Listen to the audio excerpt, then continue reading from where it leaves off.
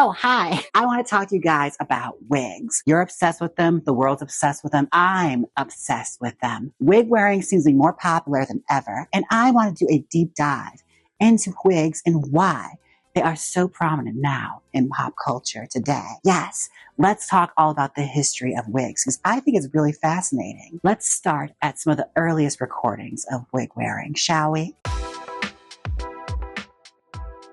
Now, some of the earliest recordings of people wearing wigs date all the way back to the times of ancient Egypt. And it would start a theme for wig wearing that is still prominent to this day, that wearing wigs is a show of status. People of high standing, be it pharaohs or even lower on the tiers of like just helpers of the royalty, would have wigs. It's shown that you weren't a peasant. You were here working prominently in high society. And these were not cheap wigs, honey. They were beautiful, cascaded, braided masterpieces that had adornments, all meant to show off your status and say who you were amongst the elite. These wigs often were braided. They had jewels or straightened hair going down.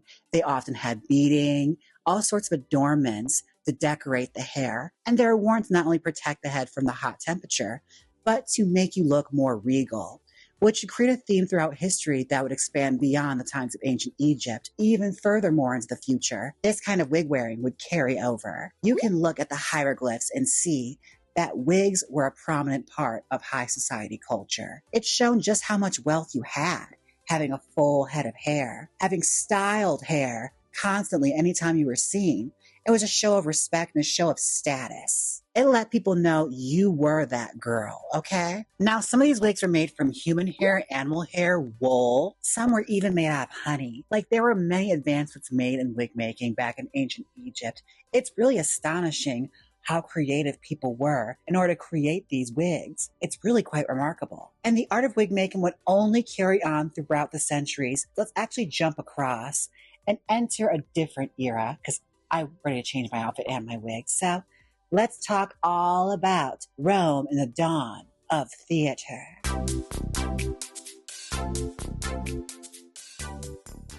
Okay, now believe it or not, the dawn of theater has actually got roots traced back far beyond just the times of Rome and Julius Caesar and whatnot. It goes further back than that. But for the sake of storytelling and for the sake of my own headache and the fact this is about wigs, I'm going to talk about it here. So, when it comes to wig wearing in theater and wigs go hand in hand. A hairstyle tells a lot about a character, so it's vital and necessary for storytelling sometimes. The art of wig making in regards to character study have a long, proud history together. And especially considering at this time, a lot of wigs were being worn mainly by men, which is very interesting. A lot of men were wearing this either to impersonate women for the sake of plays, because in certain time periods, women weren't allowed to participate in theater. So men had to play the roles of females, so wigs had to be made and men had to be put in drag. And on top of this, long hair became a status symbol amongst men also, carrying over into the era of the aristocrat. It's true, many royals and many noblemen of high standing were forking out loads of cash to have wigs made in order to make them look more distinguished, more dapper, more dandy-like. Fascinated looking at these portraits, these men with these stacked mountains of curls, looking like an aristocratic Cher from Moonstruck. It is awe-inspiring, truly. We are talking wigs so big they needed their own zip code, all right? Not to mention my favorite royal wig wearer, King Louis of France. Honey, she loved her a wig. Just look at some of these portraits and the way Louis looks. Like, this wig is incredible. One can only imagine how they sourced all these curls. There probably were so many young peasant girls walking around bald. However, it was not just King Louis wearing a wig. Many aristocratic types started to wear powdered wigs. Now, the powder wig is absolutely disgusting. The whole practice of creating a powdered wig is astonishing because we do not have modern dyes that we do now, and creating white hair was not as easy. You either had to wait till someone was very elderly and donated their hair to use, or you would use talc powder. And this powder was toxic. These people were slowly poisoning themselves in the interest of beauty. It is astonishing the feats people would go to have powdery white hair. And you can imagine the fallout from this. Like, I've powdered a wig once just to see what it's like. It's intense. It ruins your clothes. They were going through so much money to keep this look up. But it was the look of its time. And I don't want to just single out King Louis for being the only royal wig wearer. Of course, there was also Queen Elizabeth I.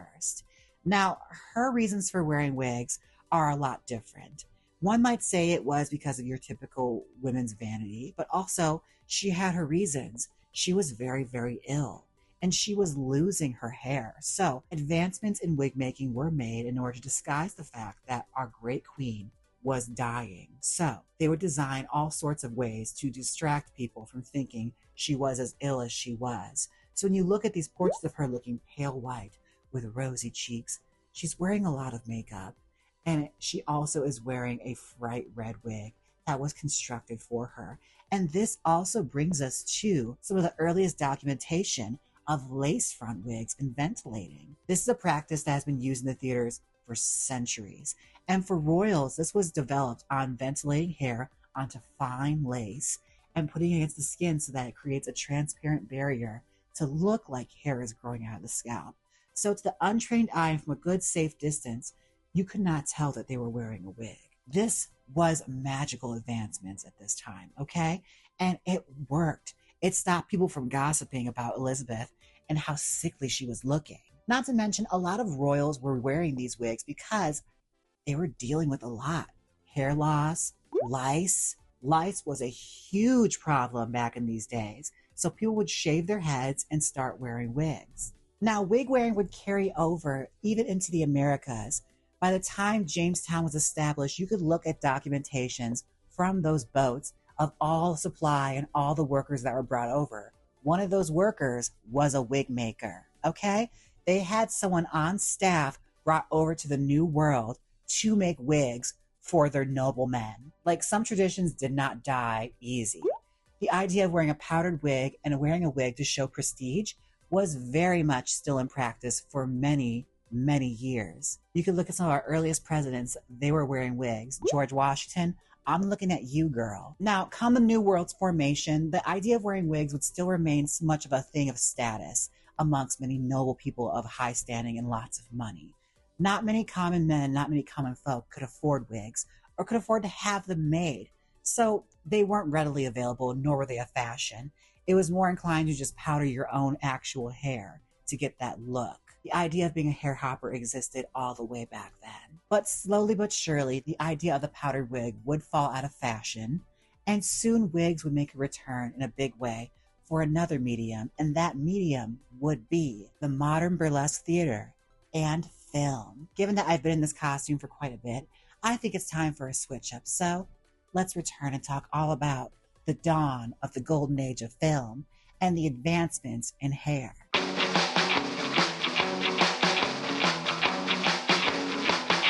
Now, when it comes to the 19th century, the girl of the era is the Gibson girl.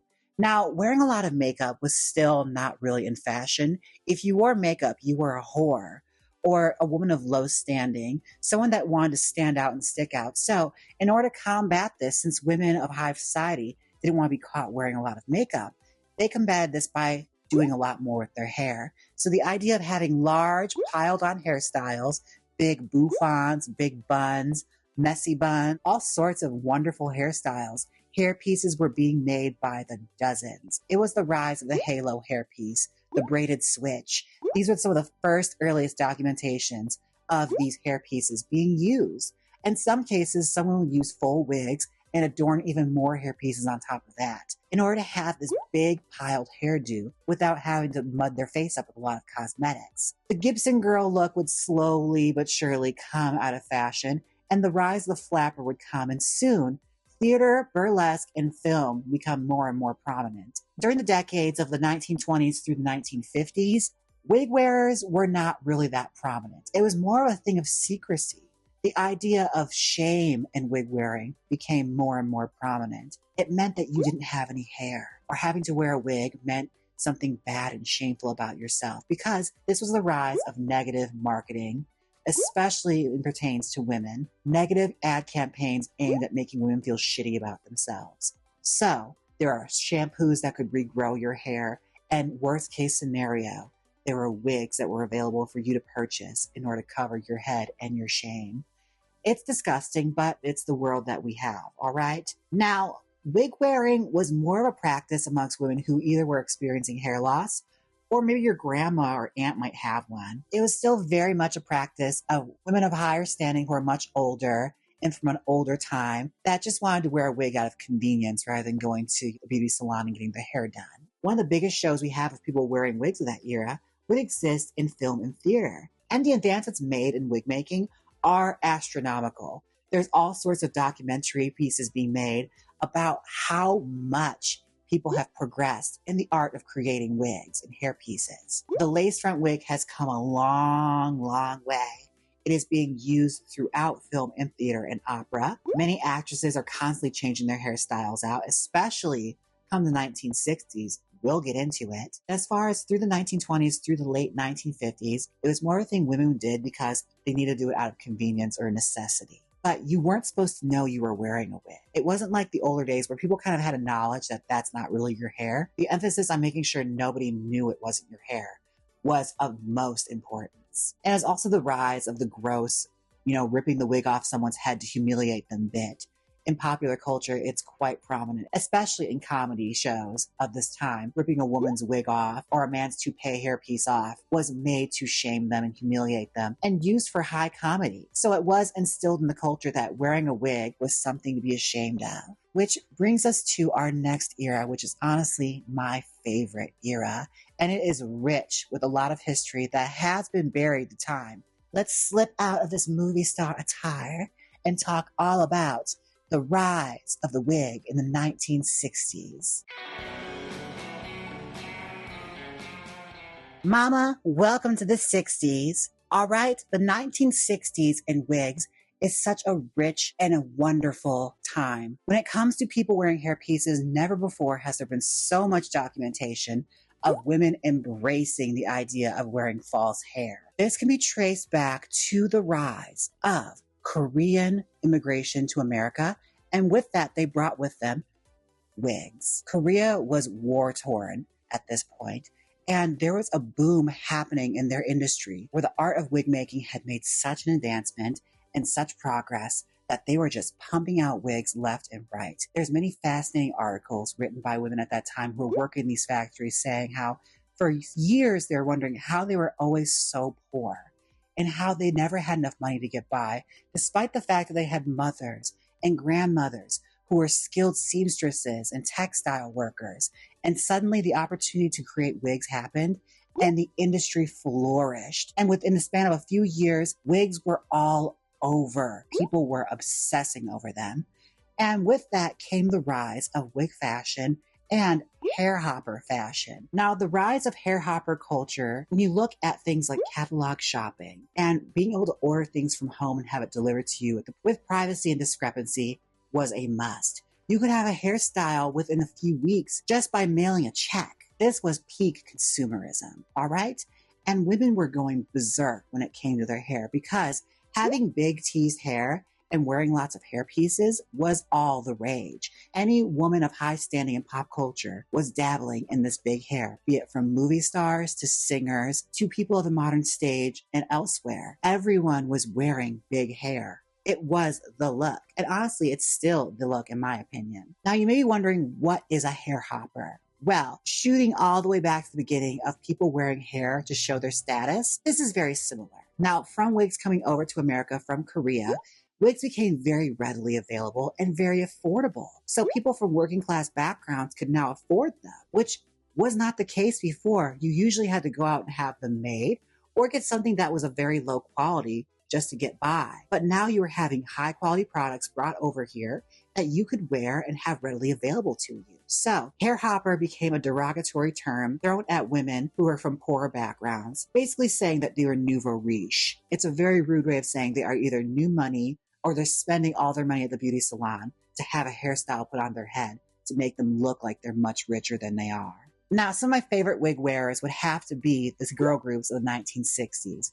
Women like the Crystals, the Shirelles, the Shangri-Las were all wearing wigs and hair pieces. Beehive stick-ons, switches, ponytails, barrel curls, all these incredible hairstyles were being piled on top of their heads. And honestly, it's one of my favorite eras was experimental hair era of the 1960s. And not to go uncredited, Black hairdressing has made advancements in wig wearing for centuries, and especially in Black salons for centuries. There have always been wigs being sold, and there are always talented women creating them and making them from scratch. They do very much deserve their credit in pushing forward the acceptance and the wonderfulness of wearing wigs. Come the late 1960s and early 1970s, wig wearing was still very prominent. Catalogs and mail order was still at its height. People loved being able just to have hair pieces readily available. If you see movies like A Clockwork Orange or things like that, where the mom has like 6 colored wigs on her mantle,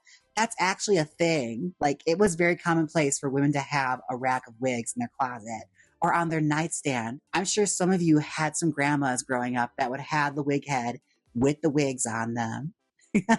And those wigs had a character and an occasion for when they were worn. You knew exactly what mood that person was in when they put that hair on. Now, as far as wig wearing in popular culture goes, it slowly but surely started to fall out of fashion as the 70s rolled on. The idea of having pressed hair and natural straight hair was emphasized very much so. And the rise of the natural movement in the African American community, where the idea of wearing wigs was getting a bit more pushback, limiting it very much so to women who could afford it, women that wanted to spend the money on it, or women of high standing who were either in the entertainment field or something similar. In the 1980s, sew-ins, weaves, and hair extensions became a lot more commonplace, so wearing a full wig wasn't as convenient anymore as just having it installed into your head and wearing it out. And come the 1990s through the 2000s, wigs are less and less prominent. Like I said, it's very much so like women who work in entertainment or women that wanted to wear them, women that are experiencing hair loss or just wanted more convenience when it came to styling their hair. But the whole concept of making sure nobody knew it was a wig was still very much prominent. And to be quite honest with you, this kind of bums me out. Like, this whole chunk of time where wig wearing wasn't as prominent, it's kind of a bummer. We had such great rise of drag queens in the 1990s and 80s, where they were making advancements in wigs with what they had because lace fronts were not readily available yet. So the idea of making wig lines and double stacking wigs and all this stuff was still happening very much underground in clubs and in theaters. But as far as mainstream goes, the emphasis on natural was very much important. And people would rather wear hair extensions than put a wig in, which is kind of a bummer, I have to say. As a wig wearer, it's very disappointing. But this soon will bring us to our modern times and how wigs has suddenly made a comeback. So I'm going to make one more change, and I'll be right back to talk about the rise of the influencer and the return of the wig.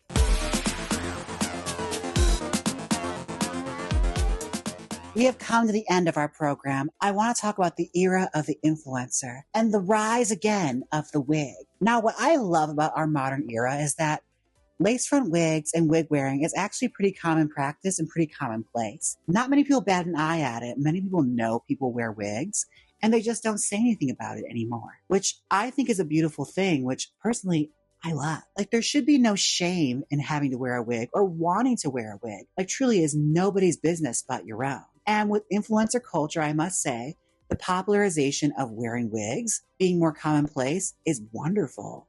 From beauty gurus to women and men who have made careers off of styling and building wigs. Like, we've reached the point now where construction workers know what a lace front wig is, which is amazing to me. Like, it's commonplace. People know about it. It's fine. Like, if you want to wear a wig, go right ahead. Especially with the rise of drag in popular culture, many hairstyles become prominent amongst entertainers that were never even thought of before. Like, many drag hairstylists are designing wigs for celebrities now. Like, they're being employed by them to not only build their costumes, but to get that look of drag, which is incredible that this entertainment, this art form has had such an influence. Like I said, the era of the influencer.